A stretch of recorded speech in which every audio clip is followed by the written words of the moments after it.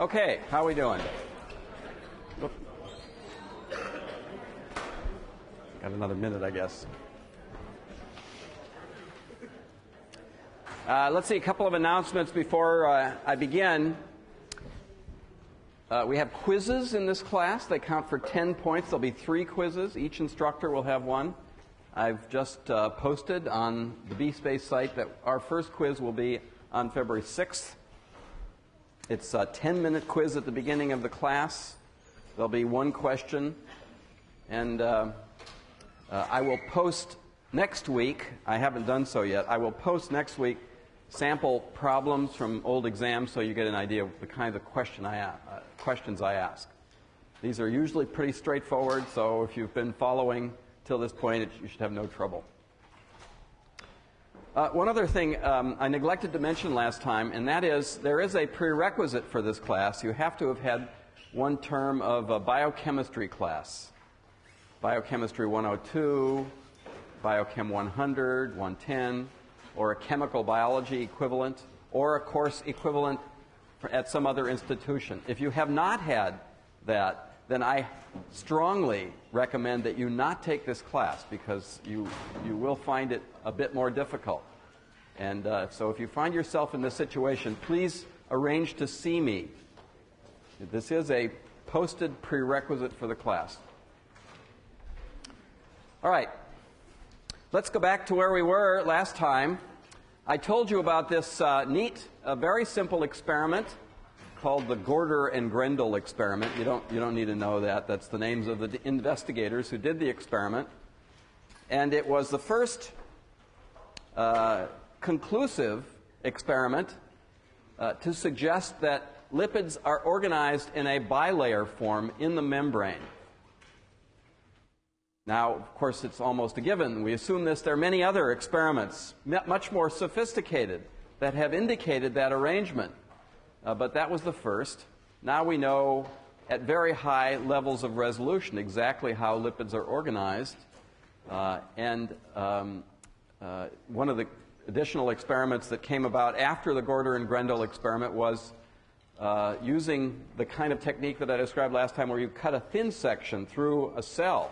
And if you do it just right and you make really thin slices and you stain with a dye that's taken up by the lipid head group, you see what appears to be a railroad track-like structure of membranes. That is, 2 stained layers separated by a clear electron transparent layer. You've, I'm sure, seen pictures like this before. They take a good deal of sophistication, skill to get that kind of resolution. But that is a depiction of the arrangement of the head groups of the bilayers, the 2 surfaces and the middle hydrocarbon core of the bilayer. And then there are many other more dynamic experiments, some of which we'll discuss in the next couple of lectures. Well, to get a better impression of what this looks like, if you have the outline from the first and second lecture notes, you'll see on the second diagram page, the page after the structures of lipids, you'll see a depiction in the bottom, on the bottom diagram, of a proposed arrangement of the bilayer. And at the very bottom, there's a transition that is depicted in this cartoon that we'll describe later, where a liquid state, a molten state with fluid, flexible acyl chains, packs more tightly and regularly to form a frozen or crystal state. We'll talk about that transition in an experiment in just a moment. But this just gives you an idea of what it looks like. If the acyl chains are all single bond, completely saturated fatty acids, then like I said last time, they're really pretty flexible when the membrane's molten and they can move about.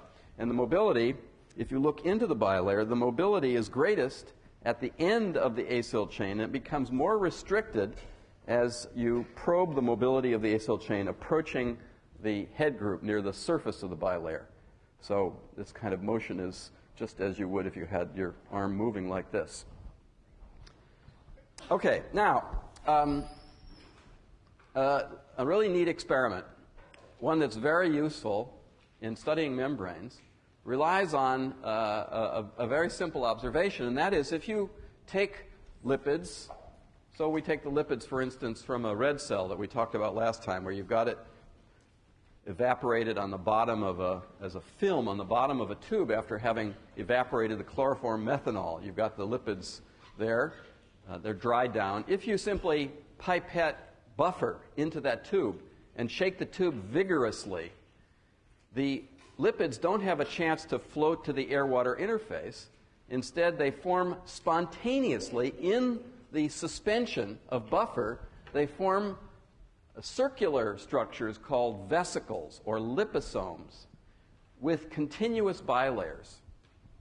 So you can reconstitute a pure phospholipid membrane by the simple act of agitating phospholipids in a suspension with buffer. And they seek then to maximize polar interactions and apolar interactions by segregating the amphipathic structure of the phospholipid so as to collect the head groups on one side and the acyl chains in the middle, and the other head groups on the inner surface of this vesicle. And depending on how you do it, you get structures that have concentric rings of bilayers. They look like onions, very large structures with multiple bilayers, like a Russian doll, many, many different layers. Or if you're really vigorous about it, you really shake the tube hard, you get smaller vesicles with a single bilayer. And now another variation on this that I'm going to tell you in a moment allows you to test whether this membrane that forms, the bilayer that forms, is impermeable. I told you last time that membranes are very selectively permeable, and that's because they rely on channels or permeases. But what if you've removed all the channels and permeases? What is the intrinsic permeability of a membrane? Well, we're going to take the experiment that I just mentioned and use it in a really simple variation to test the premise that a membrane is permeable or impermeable. So that's the question. Here's the experiment. You do what I've just said, suspending lipids in a buffer, but you include in the buffer an isotope of sodium, an unstable radioactive isotope of sodium. Just a little bit, just a tracer, a marker, a charged species, a cation that normally, and you'll see examples of this later, employ permeases, very, very selective permeases, to pump them in and out of cells. But if you resuspend liposomes, vesicles, in this kind of an environment, you can be sure that at least some of the sodium will be trapped in the interior of the vesicle. Most of it will be swimming around in the buffer outside of the vesicle that's been reconstituted, but a measurable tiny volume will be enclosed within the vesicle, at least initially.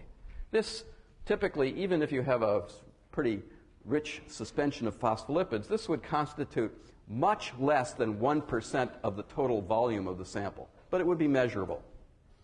Okay, now, here's the experiment. You've done this reconstitution, and you've got some sodium trapped, and now you subject the sample to a centrifuge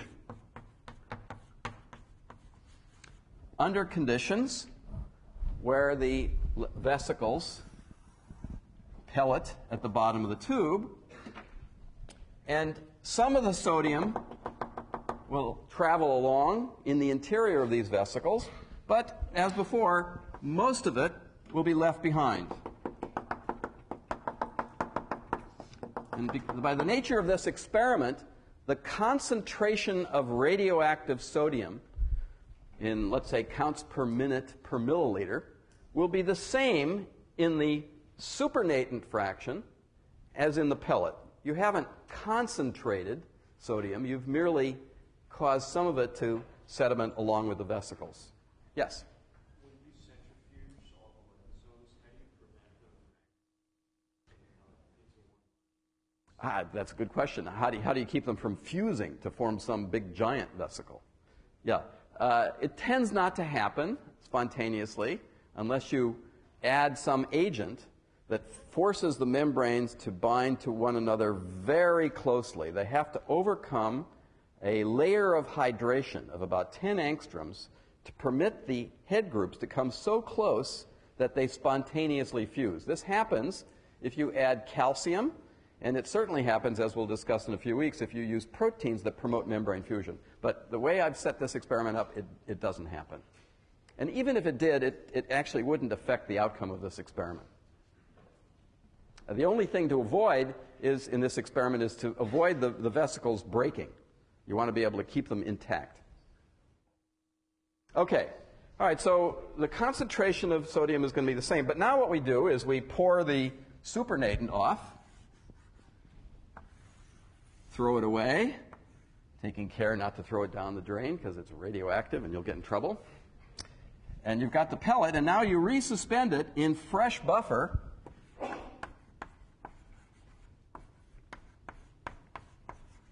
with no sodium. So the only source of radioactive sodium would be the stuff that was trapped down here in the pellet, and if you're reasonably gentle about it, the vesicles will resuspend, will not break, and will just now be in suspension. All right, now, the question is, how do you then show whether sodium is free to move back and forth across this membrane or is restricted and retained in the interior of the vesicle? What do you do to answer that fundamental question with the setup as I've given you? Any volunteers? Yes? Well, it seems like you would need to periodically, if you try to get the rate of it, periodically re-centrifuge it, take the supernatant, and check the rate. Exactly. You just repeat the centrifugation, and if the bulk of the sodium continues to pellet, now you've gotten rid of all of the unincorporated stuff that's thrown away. If you've trapped the sodium because the membrane is impermeable to sodium by itself, then it should continue to centrifuge, although, of course, sodium by itself will not centrifuge. And that's what happens. If you're careful about it, all of the sodium continues to pellet, and in principle it will stay in the vesicle unless the vesicle breaks, or unless you've incorporated into the vesicle a sodium channel. All right, really simple experiment, but one that we will use in different forms over the next few weeks. So everybody, any questions on this experiment?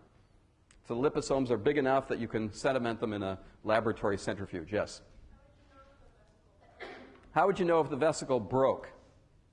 Well, you could look at the vesicles in the microscope. If they break, they look like big fragments rather than round spheres. That's one simple way. If you've done it under the right conditions, these things are so big that they're easily seen in a light microscope. The other thing that you could do is, instead of using something small like sodium, you could put a big protein in this solution. And some of the protein would also become trapped. And there it's much less likely that the protein would be able to swim back and forth, a soluble protein. And the expectation is that the protein as well as the sodium would be retained in this sedimentable vesicle. Anything else? Okay, very good. So that's a simple experiment, but bear it in mind because we'll use it again. All right, now let's talk a little bit about a more dynamic quality imparted by the fatty acid side chains of the phospholipids. And so if you've got this chloroform methanol extract and you've really concentrated it, so now it's a really concentrated mixture of cholesterol and phospholipids. If you were to, feel it with your fingers, it would be an oil, it would have some resistance to it, or viscosity. Viscosity would be the resistance to diffusion. You can easily quantify this with special kinds of probes that measure the ability of a molecule to tumble, to diffuse, and as the viscosity of a solution, of a suspension increases, then there's a resistance to diffusion. That can be quantified, and I won't bother to tell you exactly how, but we'll just use this as a measurement of the resistance to diffusion, viscosity. If you take a pure chemically synthetic phospholipid with well-defined fatty acids, all very uniform, and you put into that membrane some probe that measures viscosity. At a very low temperature, all of the phospholipids will pack closely. They'll freeze, just as you saw in that diagram that I showed at the bottom of the second diagram page. They align closely, and as they do so, what happens is the fatty acids form points of nucleation that allow the acyl chains to zipper up as a patch enlarges to become a crystal, a solid patch of membrane. And at a very low temperature, let's say 10 degrees centigrade, a biological membrane is pretty much frozen. And so it's viscous. It'll resist diffusional forces. As you warm the sample up, again, if it's a pure phospholipid mixture, it goes through a sharp transition to a point at a higher temperature, let's say 30 degrees, 37 degrees centigrade, where most or all of the phospholipids are molten and the acyl chains are flapping in the hydrocarbon bilayer and they're disordered. And so the resistance to diffusion is diminished. Viscosity decreases. The midpoint in this curve, called the T sub m, is the melting temperature characteristic of a pure sample of phospholipids. And it is a measurement then of various parameters of the acyl chain. I'll tell you three such parameters that influence the position of the midpoint, the T sub m, in different phospholipids. So we'll start with a standard one here. We won't specify. It's just, let's say, a standard lipid. If you incorporate into vesicles of the sort that we've described in this experiment fatty acids with longer chain length, so they're longer, the acyl chains have an easier time forming a point of nucleation to initiate crystallization, and so the membranes tend to be frozen at a higher temperature. That is, the T sub m increases. The membrane is stays solid at a higher temperature because longer chain fatty acids can cooperate to form this ordered crystal phase. So this is a very simple measurement that you can make that will tell you that you have fatty acids that are packing more readily, generally because they have longer chain length.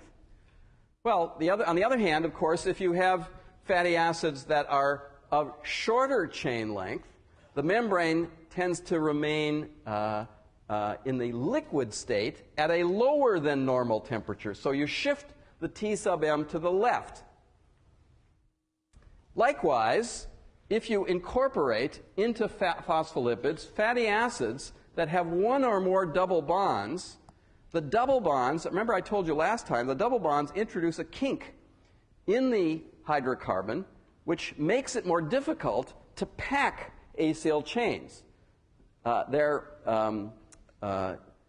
fixed at an angle, and they cannot pack as readily, and so that tends to disturb the close packing that's necessary to generate a crystalline phase. And as a result, fatty acids of the same chain length, but with one or more double bonds, tend to have their T sub m shifted to the left. Everybody clear on that point? All right, now this is not merely an academic exercise. It turns out to have a real application in biology, and particularly in organisms like bacteria that grow at different ambient temperatures. Membranes tend to want to have their composition fixed at close to the T sub m. And so, of course, if you take E. coli and you grow it at 30 degrees, and suddenly you shift it to 42 degrees, as you would do if you're working with a mutant, a temperature-sensitive mutant, then the T sub m has to shift to a higher temperature. How would the bacterium adjust that? How could a bacterium, if you gave it the possibility of adjusting the T sub m of its membrane, how could it cope if you shifted a culture from 30 to 42 degrees? Any volunteers? What would you do? Yes? Well, bacteria don't have cholesterol, but bear that thought in mind. Something. Okay, maybe, yes, that's one possibility. Exactly, that's really what happens. So there are actually enzymes in the bacterium that are kind of built-in thermometers. They measure the ambient temperature and they adjust their activity accordingly. In this case, the activity of an enzyme that is responsible for regulating chain length is increased at higher temperatures, and causing the bacterium to make a larger fraction of long-chain fatty acids. There are also enzymes that will add or remove double bonds, and those enzymes respond to ambient temperature. If you raise the temperature of a culture in this kind of experiment, an enzyme that removes double bonds would be activated. Or if you lower the temperature, the enzyme that controls chain length may make shorter fatty acids, or another enzyme may introduce double bonds. So this tends to be something that free-living organisms do, but of course warm-blooded animals like us don't have this kind of thermoregulation of fatty acid chain length or composition. Instead, we, many animals and certainly mammals, rely on a rather different factor, and that is the intervention of cholesterol.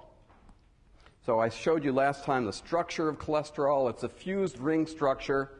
One thing about cholesterol that is kind of unique in contrast to a phospholipid is being a fused ring structure, it's a kind of a rigid rod. It is not easily deformable. So if it diffuses as a rigid rod. And when it's inserted into a bilayer such as this, it has a curious effect on the phase transition temperature. It tends to smooth things out. The inflection point, the midpoint, is less acutely observed. It's rather more gradual. So cholesterol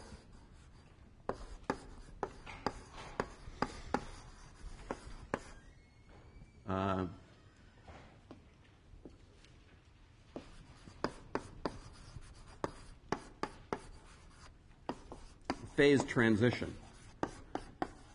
Now, let me explain two aspects of this that are just a little bit counterintuitive, but I think you'll get the picture. So if we looked at this pattern, we'd say, well, isn't this interesting? I just said that cholesterol is a rigid rod, so in that sense it should be more viscous than a saturated fatty acid acyl chain. And yet, look at this. Below the T sub M, for a pure phospholipid mixture, or this average composition, the presence of cholesterol, and in mammalian plasma membranes, cholesterol is 30% by weight of all of the lipid content. So it's a really substantial component of a plasma membrane.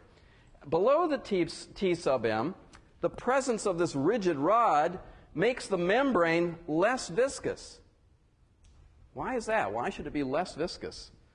I said that it's intrinsically more resistant to diffusion because it's a rigid rod, and yet it causes the membrane below the T sub M to be less viscous. Any volunteers? Yes. It interrupts the intermolecular forces of the. Excellent. That's exactly what happens. It prevents the nice nucleation that would occur with a pure acyl chain. It gets in the way, and so it keeps these frozen patches from forming a little bit, and so this part of the transition is smooth.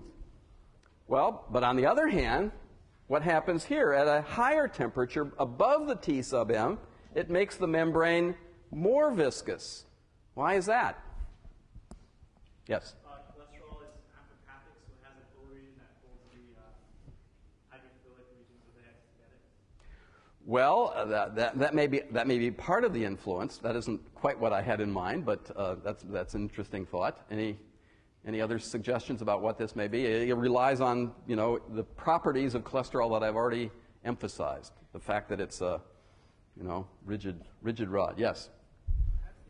Just rigid. Yeah. Right. Yeah. So at the higher temperature, where everything else is frozen, the cholesterol is there getting in the way, and it makes the membrane more viscous because it can't easily bend like an acyl chain. So although this seems anomalous, I think it really is easy to understand why this would happen. And the advantage of this for a warm-blooded animal is that it kind of makes the transition smooth. And so there really aren't too many issues such as a bacterium would encounter. Of course, cholesterol serves many other functions, which we'll discuss later on.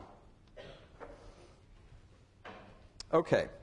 All right, now let's go on to discuss membrane proteins. We talked about lipids. We'll talk more about cholesterol.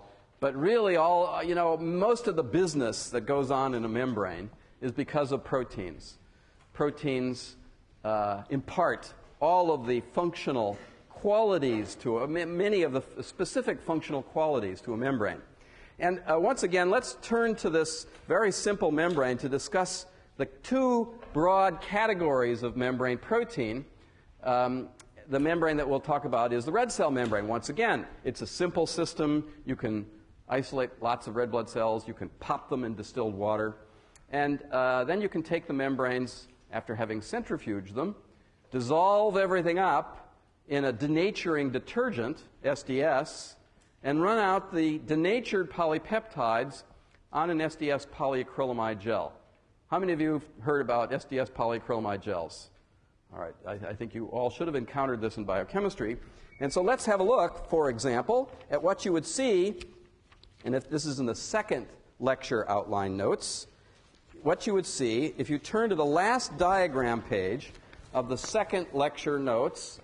You'll see a depiction on the top of first intact red cells, then ghost-like structures on the right. Those are popped in distilled water. And then, if you take that sample and you dissolve it up and heat and denature everything in SDS and run the sample out on an SDS gel, and you stain the gel with a dye that's taken up by protein, you see a bunch of bands that are positioned on the gel inversely proportional to the size of the polypeptide. You'll remember from SDS gels, the smaller proteins migrate more rapidly, so they're at the bottom of this lane, whereas the bigger proteins have a tougher time electrophoresing through the pores of the polyacrylamide, and they tend to hang up near the top of the gel. Well, among these bands, there are about a dozen major ones, the most abundant bands are plastered on the cytoplasmic surface of the membrane, and they're not actual membrane proteins. That is, they don't really penetrate into the bilayer. They are referred to instead as peripheral membrane proteins. What are peripheral membrane proteins? So peripheral membrane proteins adhere usually to the cytoplasmic surface of a membrane through interactions with the head groups, charge interactions with the head groups, or possibly through specific bridges held by divalent cations like calcium and magnesium, or they bind very specifically to a protein that is itself embedded, an integral protein in the membrane. But they can all be distinguished, peripheral proteins can all be distinguished from the integral constituents of a membrane by treating the preparation with one of a number of different mild conditions. So peripheral proteins can be eluted or removed by resuspending the membranes in a change of salt, high or low, depending on the protein, or a change in pH, high or low, again, depending on the protein, or a change in divalent cations. Some proteins require calcium to stick to membranes, and if you remove the calcium from a buffer and you add a chemical agent that soaks up the calcium, then that protein will fall off the membrane. And what does that mean, to fall off the membrane? It just means that if you suspend the red cell membrane in let's say, a high salt buffer, and you centrifuge the membranes again, the peripheral proteins remain in the supernatant fraction. They no longer remain in sediment along with membranes, and they then behave like perfectly soluble cytoplasmic proteins. They can be fractionated by the conditions, the techniques that you would use to purify a protein, and they don't behave as though they belong in a membrane at all. One of the major proteins that is peripheral to the red cell is depicted in the cartoon in the middle of this diagram. It's a kind of a fibrous network plastered on the cytoplasmic face of the membrane. It's called spectrin. It's a very large fiber-forming protein. It represents the two highest molecular weight bands on the SDS gel on the right of this diagram. And when the spectrin lays down on the surface of the cytoplasmic membrane, it forms a continuous network around the inner surface of the red cell, which gives the red cell its characteristic biconcave shape. So it's holding the membrane in that configuration, and the reason that it's there to do that is there are external influences that will permit a red cell to bend, and spectrin has to change its state of polymerization to permit the red cell to bend. So when blood is circulating and it goes into the thin capillaries, cells have to bend to penetrate into capillaries, and this can only work if the spectrin network is in some dynamic state, changing the shape of the cell. There are diseases that make red cells less efficient in penetrating into thin capillaries. One is called sickle cell anemia. You know about this. It's a disease of hemoglobin. It's a mutation in hemoglobin that causes it to precipitate in the interior of the red cell when cells have low oxygen tension. And so when the cells are penetrating out into capillaries and the oxygen pressure declines, mutant hemoglobin precipitates. It forms a giant mass in the interior of the red cell, and the red cell, even with normal spectrin, can't bend, and so the red cells can't easily penetrate into capillaries. So that leads to a crisis in patients who have this mutation. Another more directly relevant mutation, fortunately very rare, is a disease called hereditary spherocytosis.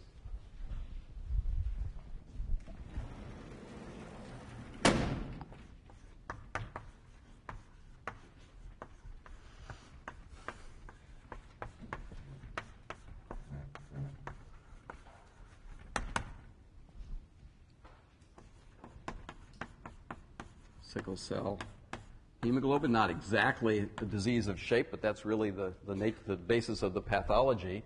And then hereditary, just genetic, spherocytosis.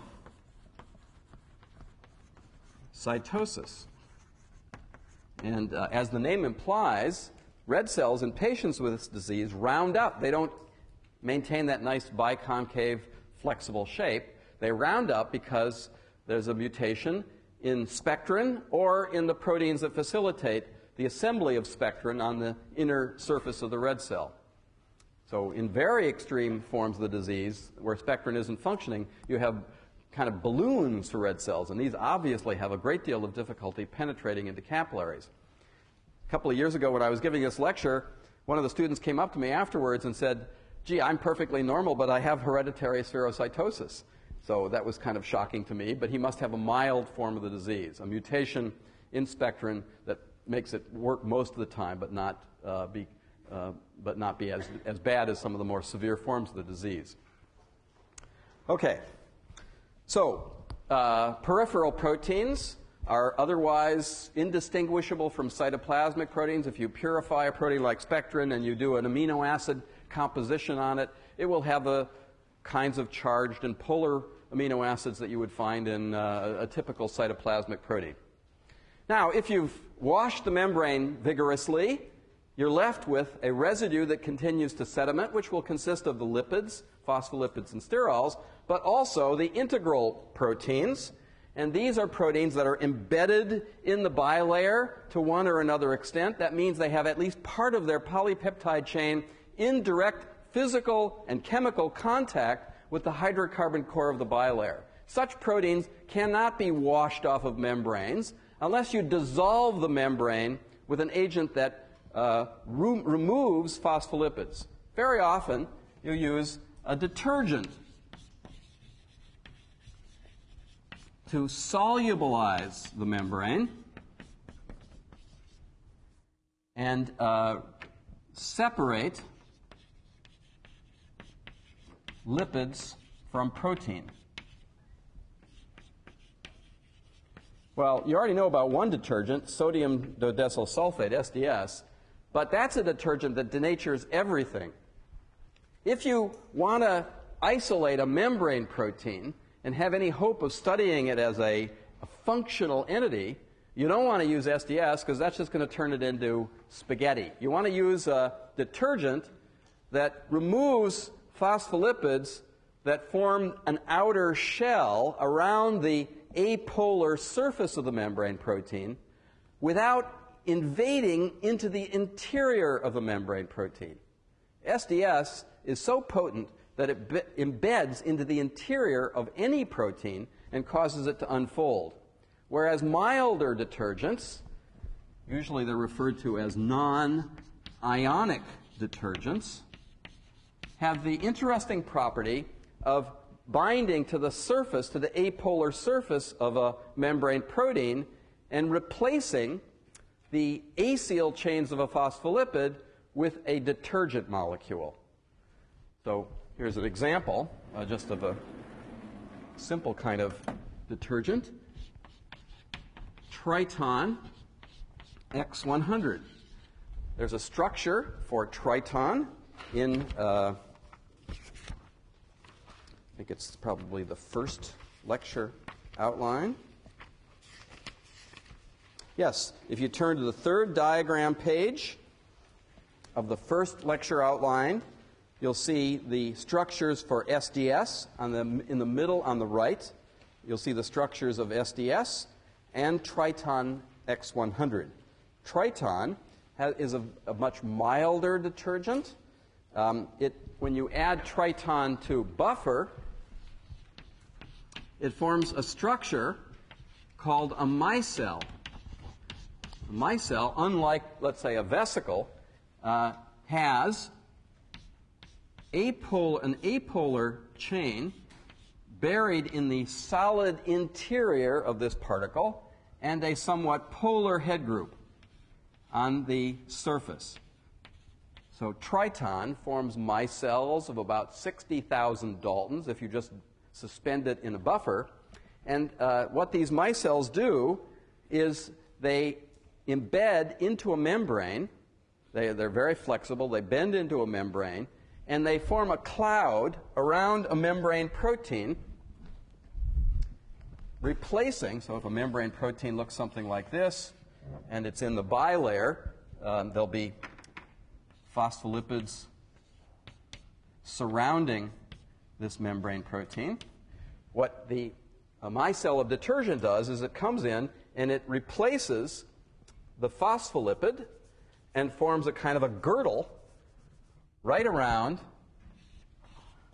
the membrane protein, protecting, shielding the apolar amino acids that must be exposed and permit the membrane protein to be embedded in the bilayer, replaces them with the hydrophobic portion of the detergent, and then the apolar portion exposed on the surface. And now you've got a membrane protein that is basically levitated right out of a membrane, right out of a detergent solubilized membrane. And such membrane proteins can then be purified and studied. If you use the mild detergent, the protein will, one hopes, stay in a native configuration and remain enzymatically active. But as long as you want to study the protein and purify it, you have to keep the detergent present. As soon as you remove the detergent, the protein will crash out of solution because it's got the hydrophobic character exposed that was what allowed it to stay in the membrane in the first place. Okay, so there are a lot of detergents. Triton isn't the only one. There are hundreds of different detergents, and it turns out that proteins differ in their ability to be solubilized and maintained in an active configuration, and so one has to try different detergents. But Triton is the first one to try since it's so simple. Any questions about the basic difference between integral and peripheral membrane proteins? All right. Well, let's talk now about how you study a membrane protein once you've got it purified. Let's suppose you've purified the ATPase that I told you about last time. The ATPase in the mitochondrial inner membrane. Remember, it's got an integral complex that has a proton pore that's in the membrane, and then it's got an ATP motor facing the interior of the mitochondria, the matrix. And this motor turns in one direction or another, favoring the synthesis or the hydrolysis of ATP. A very sophisticated proton-driven engine. Very important enzyme that was purified from mitochondria using a detergent to solubilize it from the membrane. But now let's suppose you've got it solubilized, you've got it pure, and you want to study how ATP hydrolysis can somehow be linked to the movement of protons in one direction or another. If you think about it, it would be hard to do that out of the context of a bilayer. You've got this enzyme in a detergent solution. How do you know which direction protons are moving if you're just looking at a soluble protein? Well, the simplest way to study that kind of an enzyme, if you got it pure, is to put it back into a vesicle membrane, reconstitute it back into a vesicle, so that you can then watch the movement of protons, let's say, into the vesicle or out of the vesicle, and rely on the fact that I've established today that the vesicle membrane itself is intrinsically impermeable to charged species, and it will surely be impermeable to protons by itself unless you've got this ATPase engine with the proton pore embedded in the membrane. Well, it turns out, by chance, by good luck, that if you use this technique that I've described with a detergent solution, if you first make some effort to remove the excess detergent, in a purified membrane protein, you usually got too much detergent. You can remove it by various techniques. You have to leave some there to keep the enzyme, the protein, soluble. If you do that, and you take the detergent protein complex and you mix it with phospholipids and agitate in a buffer like this very experiment, then presto changeo, the protein pops right into the vesicle, and you've got a reconstituted enzyme-containing vesicle. Now, of course, this is done in the test tube and not in the cell. The ATPase, which is an asymmetric structure, remember, it's got this ATPase complex normally facing the matrix.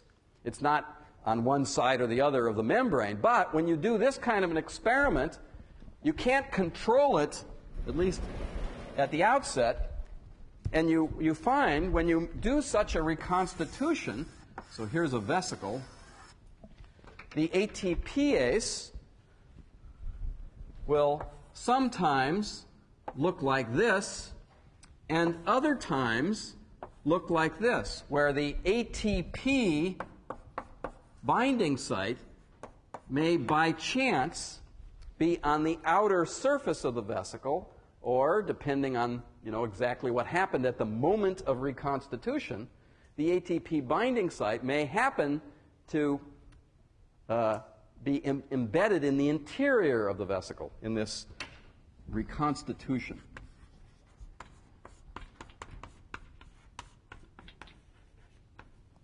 Everybody clear on this? In a cell, it's absolutely 100% fixed. The ATPase is always facing the interior of the mitochondrion, but in this experimental condition, who knows? It could go either way.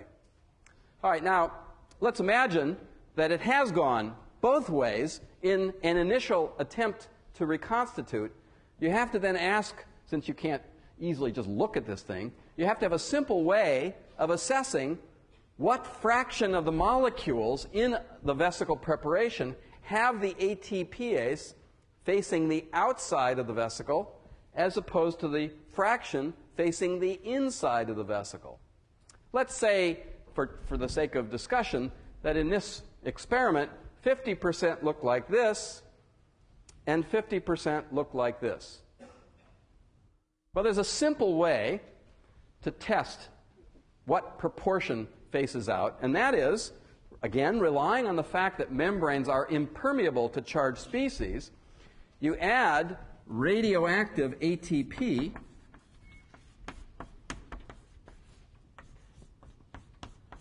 where the phosphate is labeled with an isotope P32, and you specifically use ATP where it's the terminal, the gamma phosphate that's radioactive. And you'll know from this ATP molecule that if it's hydrolyzed by an enzyme, an ATPase, the terminal phosphate, which in this case is radioactive, will be released as inorganic phosphate, and that can be easily separated, let's say on a thin layer chromatogram, from intact ATP. So you can measure the hydrolysis of ATP if you have a radioactive nucleotide and an ATPase by just measuring the conversion of radioactive triphosphate to inorganic phosphate, the two of which are easily separated by thin layer chromatography. All right, so now I've given you the hint. You have this molecule, it's highly charged. Who can tell me how you would use this experiment to deduce the fraction of ATPase molecules that are exposed or not? What would you do? Yes? You could let it run for a while and then cool the solution down below the point, isolate the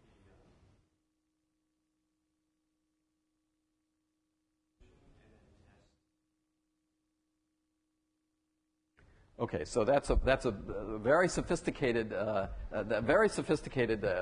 approach. You'd have to have a way of measuring protons. There's a much simpler way of doing the experiment. But I mean, you have a good idea, but there's a much simpler way that has nothing to do with proton transport.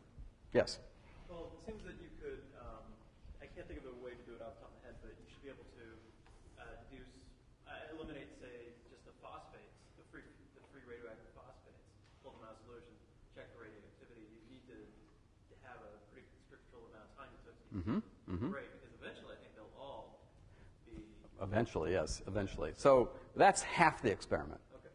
So the first experiment, of course, would be to take the intact vesicle and measure, as a function of time, the rate of inorganic phosphate liberated. And that will give you a rate measurement which will be characteristic of the enzyme that is exposed. But, of course, how do you know what the total ATPase content of the preparation is if you only do this one incubation? This will give you a rate, but what do you compare that rate to? How do you know whether that represents 1% of all the enzymes in the suspension or 100% of all the enzymes in the suspension? So you need to do a second part of the experiment. Yes? I'm not sure how you can do this, but you need to somehow get ATP inside. Okay, all right. The only way I can think of doing that is before you actually performed the experiment, you had it in your solution. You could do that. But So, that right. doesn't seem right. Well, that's one way of doing it. Yes, you could have measured the total ATPase before you do the reconstitution, and you'd get presumably a higher rate. Another way to do it is to do the first incubation, as you suggested, but do it in the absence, in one tube, or in the presence of the detergent that you used to purify the ATPase in the first place. So you'd have a parallel incubation. In the absence of detergent, the rate should be lower. In the presence of detergent, you'll measure the entire pool of ATPase, and the ratio of these two rates will reflect the fraction of the enzyme that's exposed on the surface of the vesicle. This is called a latency experiment. You're measuring the fraction of latent enzyme, in this case latent being interior to the vesicle. Everybody understands, really simple idea. Again, it's we're going to rely on the logic of this. in the next few weeks. Any questions?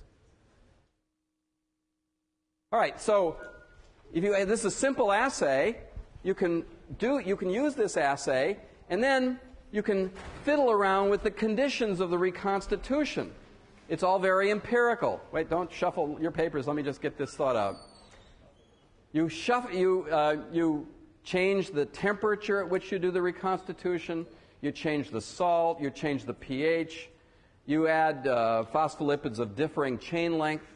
And then, with trial and error, you can find conditions that change the ratio, eventually producing a vesicle that is, let's say, uniquely in this configuration, where the rates of hydrolysis in the presence or absence of detergent would be very similar. And with this, a vesicle with this orientation, you could then measure the direction of proton movement in this experiment, because you'll have an enzyme that is 100% uniquely situated, and you won't have protons moving both ways through channels that are oriented differently. Everybody understand that? So it's a simple experiment and a simple assay with profound opportunities for exploring mechanism with a pure enzyme in a more natural setting. Okay. See you on Monday.